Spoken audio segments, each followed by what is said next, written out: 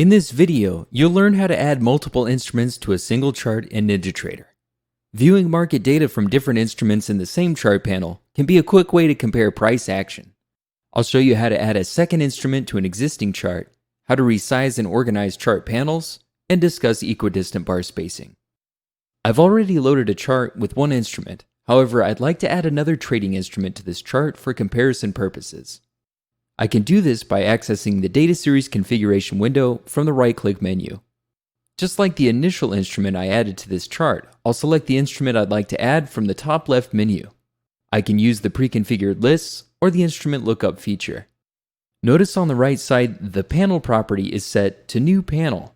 This is going to create a new chart panel below my existing instrument data for this new instrument I'm adding. When I click OK, you can see a new panel has been added to the bottom of this chart with the new instrument loaded. I can resize these panels by clicking and dragging on the panel break.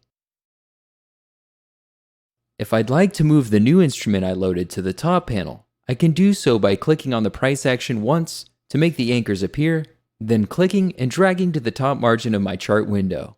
When I release my mouse button, the new instrument has been moved to the top panel.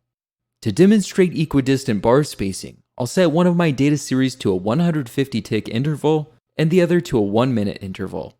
Equidistant bar spacing is a chart property that determines whether bars are plotted with an equal distance from each other or plotted on a horizontal axis with even time spacing.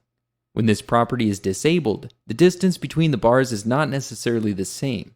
Bars are instead plotted on a fixed timeline on which distance represents an equal amount of time. This allows traders to gauge momentum on non-time-based charts, such as tick or volume, by visualizing how long it takes to build each bar. Gaps may occur if no bar is formed during the time interval, and overlapping bars may occur if bars are formed near the same time period, which is why you may prefer equidistant bar spacing instead. This property can be enabled or disabled from the Chart Properties menu. You can see the difference this makes when I toggle equidistant bar spacing.